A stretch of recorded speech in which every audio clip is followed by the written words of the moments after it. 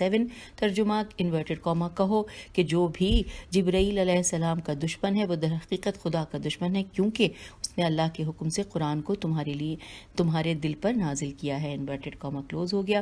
پھر لکھا ہے کبھی حاملان وحی کی طرف اشارہ ہوتا ہے، سورہ نحل کی آیت نمبر 2 ترجمہ انورٹڈ کاما کہ وہی اپنے حکم سے اپنے بندوں میں سے جس کے پاس چاہتا ہے وہی دے کر فرشتوں کو بھیجتا ہے، انورٹڈ کاما کلوز ہو گیا۔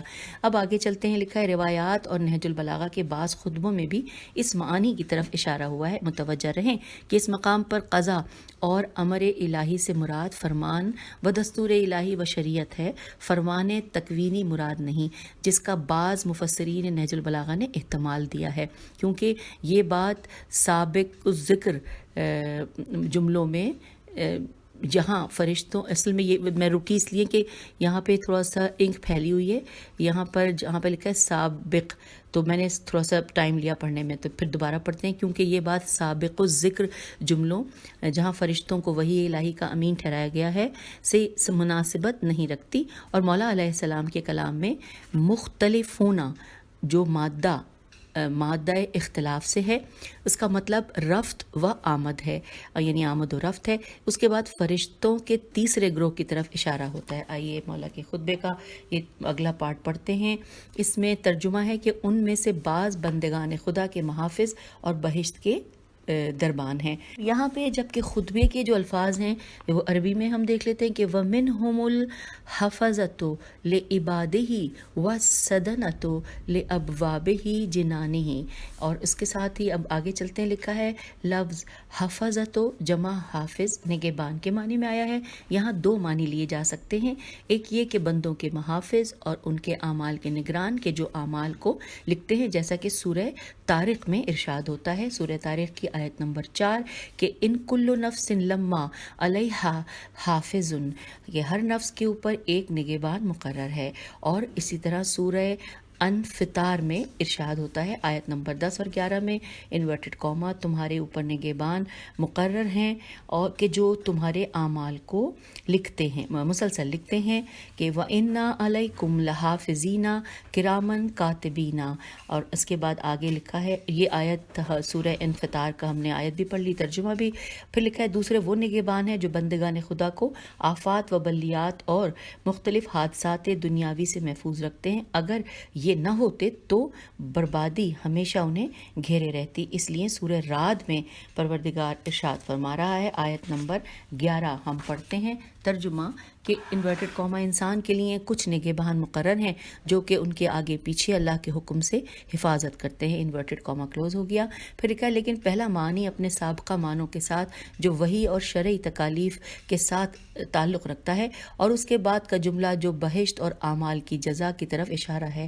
زیادہ مناسبت رکھتا ہے، اور بہرحال دونوں معانی عبادت کے مفہوم سے دور نہیں ہیں۔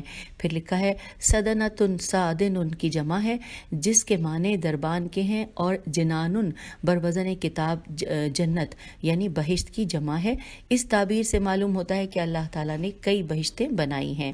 اب آگے لکھا ہے کہ نہج البلاغہ کے بعض شارحین نے 8 جنتوں کا تذکرہ کیا ہے جن کے نام قرآن مجید میں آئے ہیں، اور ہم اس کو پڑھتے ہیں۔ اس کا ترجمہ یہاں نے لکھا ہوا اور اس میں ساتھ ساتھ حوالہ دیا گیا ہے کہ شرح نہج البلاغہ ابن میسم جلد اول صفحہ نمبر 185 اور شرح نہج البلاغہ مرحوم مرزا حبیب اللہ خوئی جلد نمبر 2 صفحہ نمبر 26 میں یہ الفاظ ہیں کہ جنت النعیم و جنت الفردوس و جنت الخلد و جنت المعوا و جنت عدن و دار السلام و دار القرار و جنت ارضها السماوات والارض۔ چلیے یہ ہم نے پڑھ لیا۔ اس کے بعد اب اگلی ہیڈنگ ہم پڑھ رہے ہیں، اعمال ثبت کرنے والے فرشتوں کا کیا فائدہ، یہ ہیڈنگ ہے اور یہاں سوالیہ نشان بھی ہے۔ اس حوالے سے تفصیلات کچھ یوں ہیں کہ ان کا فائدہ یہ ہے کہ انسان اپنی ذمہ داری کا احساس کرے اور اپنے اعمال و کردار میں ہوشیار رہے، کیونکہ ان کا ہدف تربیت انسان اور اسے برے اعمال و انحرافات سے روکنا ہے۔ فرشتوں کے چوتھے گروہ جو کہ حاملان عرش الہی کہلاتے ہیں، اس کی طرف اشارہ فرماتے ہوئے مولا فرما رہے ہیں اپنے خطبے میں، ہم اس کا پڑھ چکے ہیں لیکن پھر پڑھتے ہیں ترجمہ کہ ان کے پاؤں زمین پر ہیں اور ان کی گردنیں آسمان بالا اعلیٰ میں ہیں، ان کے جسم کے اعضاء و جوارے اس کرۂ ارض پر سے باہر ہیں اور ان کے کندھے عرش خدا کو قائم رکھنے کے لیے ہیں۔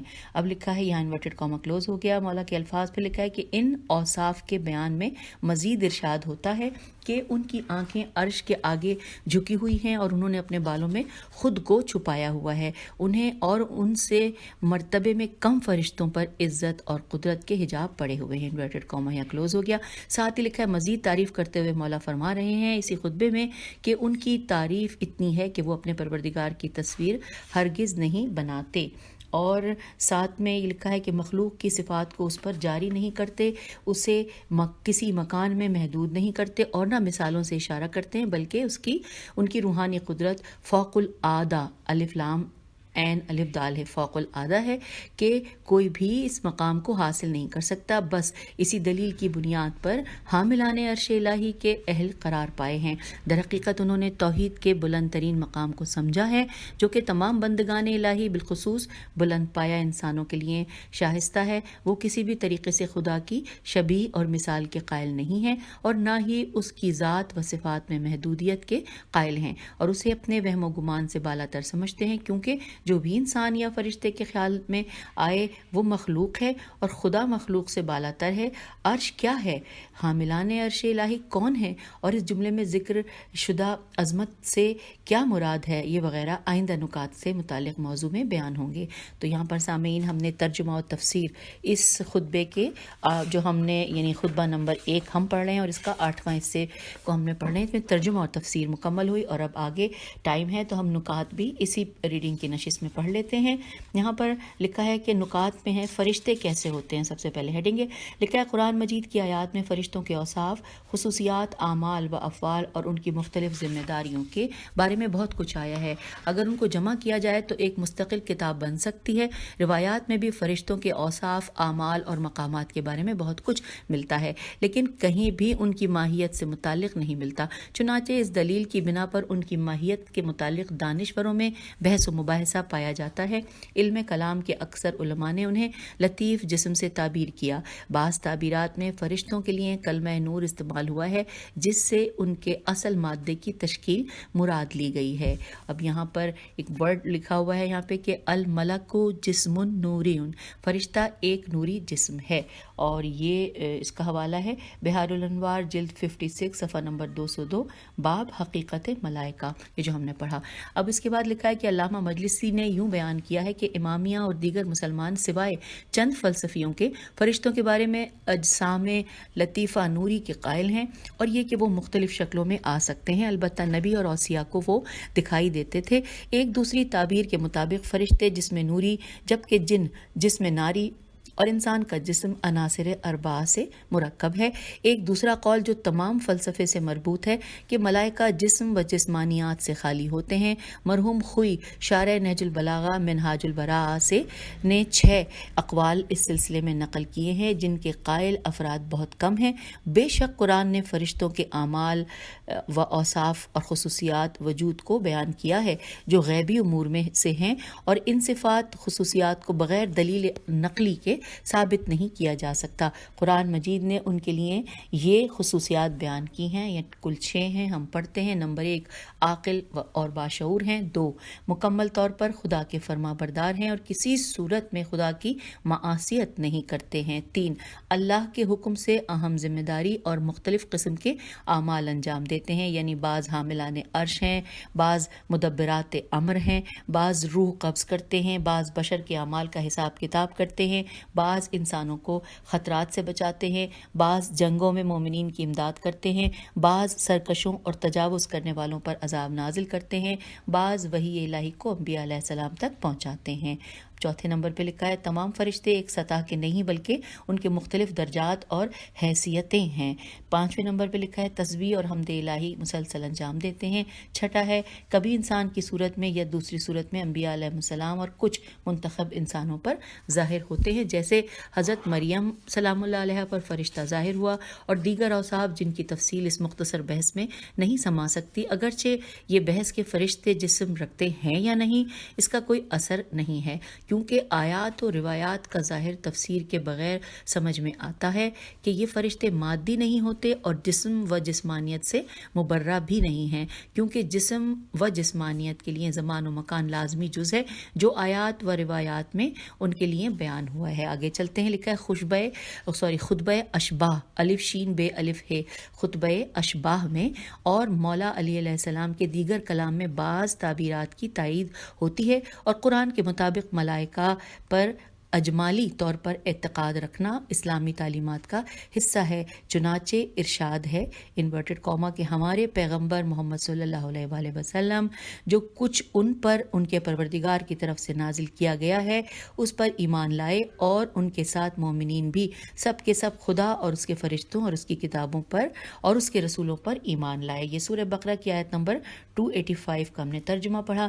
پھر لکھا یہ نکتہ قابل غور ہے کہ بعض نااہل افراد نے غیبی عوالم کے منکرین کو شاد کرنے کے لیے یہ نظریہ اپنایا ہے کہ فرشتے بھی انسانی خواص رکھتے ہیں، جبکہ آیات قرآنی کے اجمالی مطالعے کی روح سے اس طرز فکر کی مکمل طور پر نفی ہوتی ہے، کیونکہ فرشتوں کے لیے عقل و شعور، ایمان و اخلاص اور عصمت ثابت ہے۔ اور اب سامعین اگلی ہیڈنگ ہے اقسام و اوصاف ملائکہ۔ اس حوالے سے لکھا ہے کہ ملائکہ علیہ السلام کی مختلف اقسام ہیں جن کے متعلق آیات و روایات میں اشارہ ہوا ہے۔ البتہ 4 مشہور گروہ وہ ہیں کہ جن کے بارے میں مولا علی علیہ السلام کے خطبے میں ذکر آیا ہے۔ اب یہاں پر انورٹڈ کاما میں لکھا ہے کہ پروردگار کی عبادت کرنے والے، لوگوں کے اعمال کا حساب رکھنے والے، اللہ کی طرف سے پیغمبروں کی طرف بھیجے جانے والے، اور حاملان عرش۔ یہاں پر بریکٹ کلوز ہو گیا۔ پھر لکھا ہے جبکہ ہم کہہ چکے کہ آیات قرآنی میں دیگر اقسام کی طرف بھی اشارہ ہوا ہے، ان میں سے سرکش و ظالموں پر مقرر فرشتے، مومنین کی امداد کرنے والے، انسانوں کی روح قبض کرنے والے، اور مدبرات امر یعنی اس دنیا کے معاملات چلانے والے، اگرچہ ان سب کو مدبرات امر کے زمرے میں شمار کیا جا سکتا ہے۔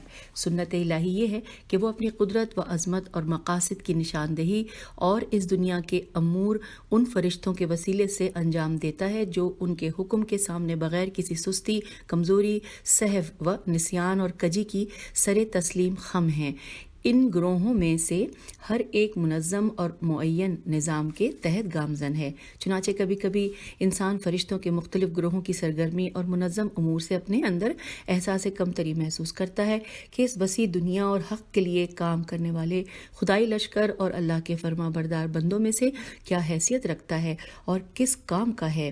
اگر اطاعت و عبادت وہ ہے جو فرشتے انجام دیتے ہیں تو میری عبادت کیا ہے؟ اگر قدرت و توانائی وہ ہے جو ان کے پاس ہے تو میری قدرت کیا حیثیت ہے؟ مختصر یہ کہ فرشتوں کے وجود کا فلسفہ یہ ہے کہ انسان اس کائنات اور اس کے خالق کی عظمت اور اپنی بے بسی اور حرکات سے آشنا ہوتا ہے۔ اور اب اگلی ہیڈنگ ہے عرش و حاملان عرش الہی۔ لکھا ہے قرآن مجید کی آیات میں تقریباً 20 مرتبہ عرش الہی کی طرف اشارہ ہوا ہے، اور روایات میں اس سے متعلق بہت زیادہ ابحاث موجود ہیں۔ بعض روایات کے مطابق عرش خدا کی عظمت اس قدر ہے کہ انسان کے تصور میں نہیں آ سکتی۔ زمینوں، آسمانوں اور ان کے اندر جو کچھ ہے وہ سب عرش کی عظمت کے مقابلے میں ایک وسیع صحرا میں انگوٹھی کے حلقے کے برابر ہے۔ اسی طرح بعض روایات میں آیا ہے کہ سب سے زیادہ بڑے فرشتے اگر قیامت تک تیز رفتاری سے پرواز کریں تب بھی عرش تک نہیں پہنچ سکتے۔ نیز وارد ہوا ہے کہ خدا نے عرش کے لیے ہر 1000 زبان اور تمام مخلوقات کی صورتیں خواہ وہ دریا میں ہوں یا صحرا میں پیدا کی ہیں۔ یہ بھی آیا ہے کہ جب عرش کو پیدا کیا گیا تو خدا نے فرشتوں کو دستور دیا کہ اسے اٹھائیں تو وہ اسے نہ اٹھا سکے، پھر زیادہ سے زیادہ فرشتے پیدا کیے مگر وہ بھی نہیں اٹھا سکے، تب خدا نے اپنی قدرت سے اس کی حفاظت کی۔ جب وہ فرشتے اس کے اٹھانے پر مامور ہوئے تو ان سے اللہ نے کہا کہ اسے اٹھاؤ۔ انہوں نے کہا کہ جو کام سارے فرشتے مل کر نہ کر سکے ہم کیسے کر سکتے ہیں؟ تو اس مقام پر دستور دیا گیا کہ خدا کے نام اور ذکر لا حول ولا قوت الا باللہ العلی العظیم اور محمد و آل محمد علیہ السلام پر درود سے مدد لو۔ انہوں نے ایسا ہی کیا تو عرش الہی کو اٹھانا آسان ہو گیا۔ یہاں پر حوالہ نوٹ کیجئے، منہاج البراءت فی شرح نہج البلاغہ، جلد نمبر 2 صفحہ نمبر